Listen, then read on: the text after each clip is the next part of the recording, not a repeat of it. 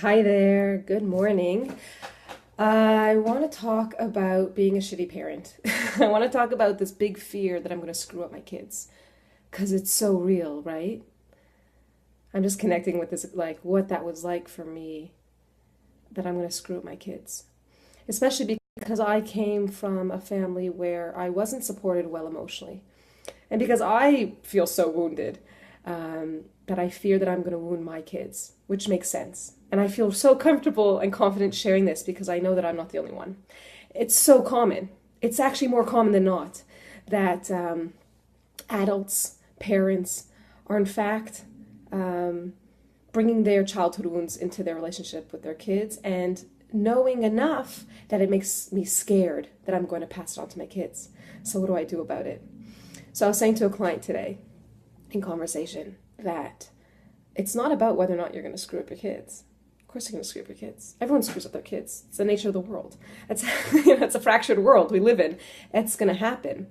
And maybe screw up isn't a great word because that sounds so finite and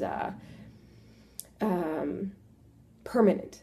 But let's say that, I might affect my kids. I'm going to have an effect on my kids. I'm going to be one of the variables, a very significant variable in their life. Hi, Rachel. How are you? I'm going to be a significant variable in their life that will have an impact on who they become in the future. We know that. We know that instinctually. And in fact, we know it so well. That's why we're so scared that we're going to. I seem to be having internet problems, which is so annoying. I hope it's not annoying for you. Um, so it's not about whether or not I'm going to affect my kids. Of course, I'm going to have an effect on my kids. The question is, am I going to be willing to recognize the effect that I'm having on my kids? That's that's that's the challenge. That's the hard part.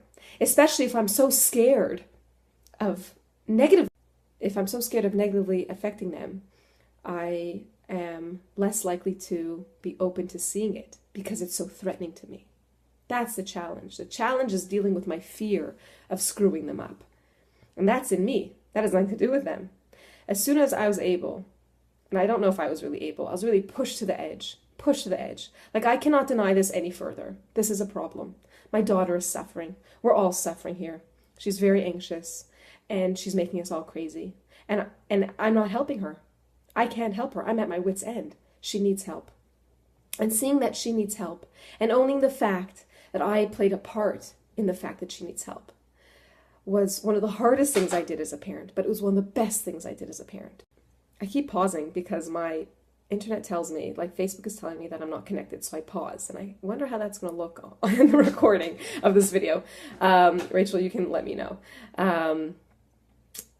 It was one of the hardest things I had to do because I had to own in myself that I was having a negative impact on my kid, and I had to own that, and I had to own.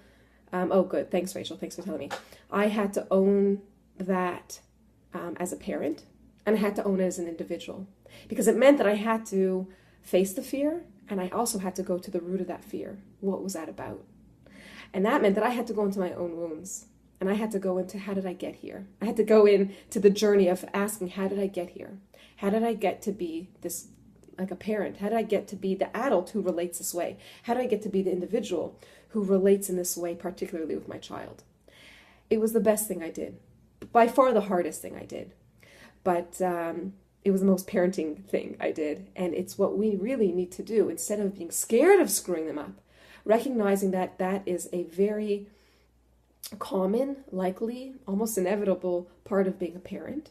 And maybe that actually sounds, on reflection, maybe that sounds a little bit too also pessimistic. You're not necessarily going to have a negative effect, and it's not black or white. It's gray. So I'll have a negative and a positive effect. But I'm going to be there for my kids to acknowledge. That means seeing what their experience and seeing what they're going through. And again, if I'm going to do that, to really connect with their suffering, their struggle, means that I need to be prepared to embrace the fear that it might actually be true, that my worst nightmare is coming true. So those are my words of wisdom for you today, because that came up for me at the end of a session with a client, and I thought that this, and I even said to her, I'm putting this in the community. This is so important. This is so important because we are all so scared of ruining our kids and wounding them and putting them in therapy. I love therapy, by the way. I love going to therapy. I love it. It's so good. So it's not a bad thing to be in therapy. It sucks that I feel that I felt so broken that I had to go to therapy, but it's so good to be in therapy. So there's always room for repair, and we need to hold on to that, and we need to we have to remember the gray. It's not all good and it's not all bad. There is gray, and the gray is seeing the impact that we have in our kids, seeing our kids' experience, and seeing the possibility and opportunity to repair.